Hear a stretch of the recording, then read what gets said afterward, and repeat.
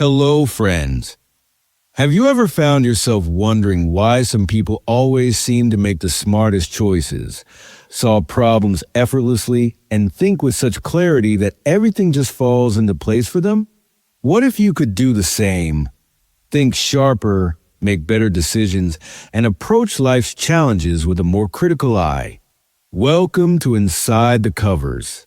Today, we're diving deep into Smart Thinking by Matthew Allen, a book that doesn't just promise to teach you how to think better.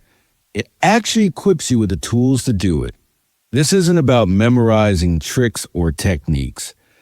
It's about reshaping the way you approach problems and decisions. So, grab a comfortable seat, settle in, and let's explore how you can unlock smarter thinking in your everyday life. To start, let's talk about reasoning. Because if smart thinking is the house, reasoning is the foundation it's built on. Reasoning is how we connect ideas, how we explain the world to ourselves and to others. But here's the kicker. Not all reasoning is created equal. If you want to think smarter, you need to understand how reasoning actually works. It all starts with claims. Now, what's a claim? Simply put, it's a statement that expresses an idea or an emotion, but not all claims are useful. For example, if I say, the earth revolves around the sun, that's a claim because it can be proven true or false. But if I ask, does the earth revolve around the sun? That's just a question. It doesn't take a position that can be tested. Claims matter because they're the building blocks of arguments. And when one claim supports another, it's called a claim premise. This is where reasoning starts to take shape. Let's break it down with a simple example. Imagine someone tells their friend, drive carefully because the road is wet. Now, that advice to drive carefully is the conclusion. The reason the wet road is the claim that supports it. But let's dig a little deeper. Why is the road wet? Maybe it rained last night. Why does that matter? Because wet roads can be slippery. And why should we care about slippery roads? Because they're dangerous and could cause accidents. See how the reasoning flows naturally when we break it down into smaller parts. By connecting these ideas step by step, the logic becomes crystal clear. This method is especially useful when you're dealing with more complex situations where the connections between ideas aren't immediately obvious. Let's level up. If we want better reasoning, we need stronger claims. A good claim isn't just any statement. It's one that's clear, precise, and backed by evidence. Think of claims as the scaffolding that holds up your argument.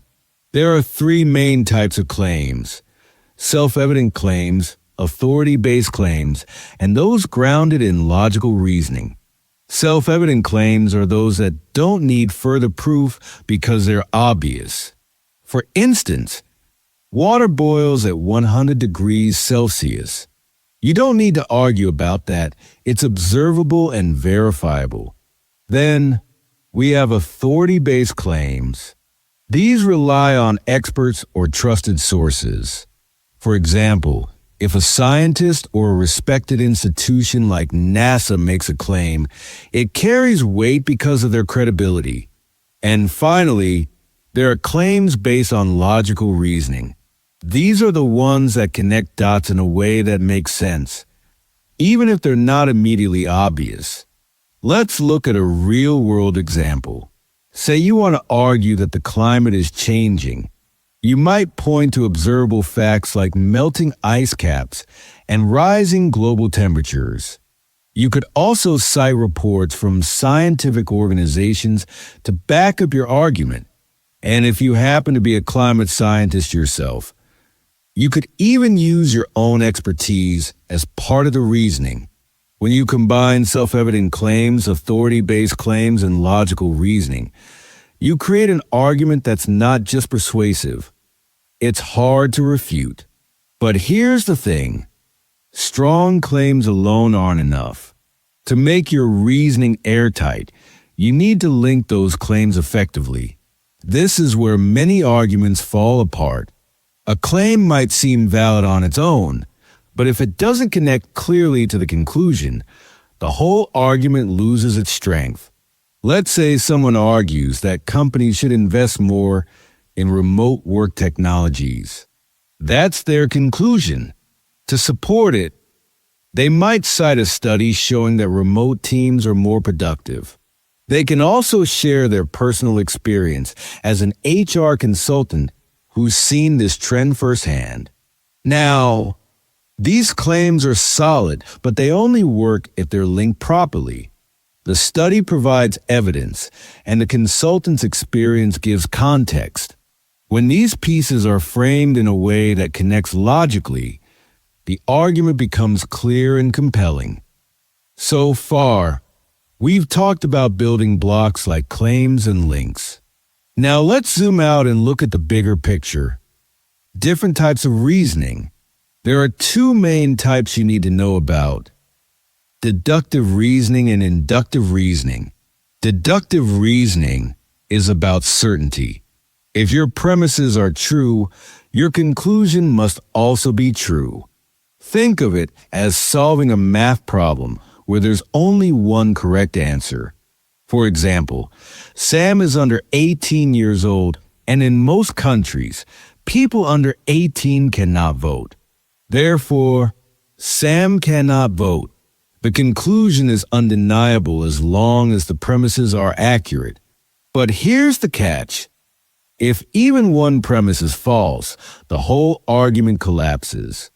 Inductive reasoning, on the other hand, is a bit messy, but also more practical for everyday life. It's about probabilities rather than certainties. Instead of saying, "This must be true," you're saying, "This is likely true based on the evidence." Imagine a detective piecing together clues. A witness saw someone near the crime scene. The suspect had a motive, and their belongings were found nearby. Based on this evidence, the detective might conclude the suspect is guilty. But here's the thing. Inductive reasoning doesn't guarantee that the conclusion is correct. New evidence could emerge that changes everything. That's why inductive reasoning is powerful but always leaves room for doubt. Now, let's shift gears and talk about research, because smart thinking isn't just about how you reason.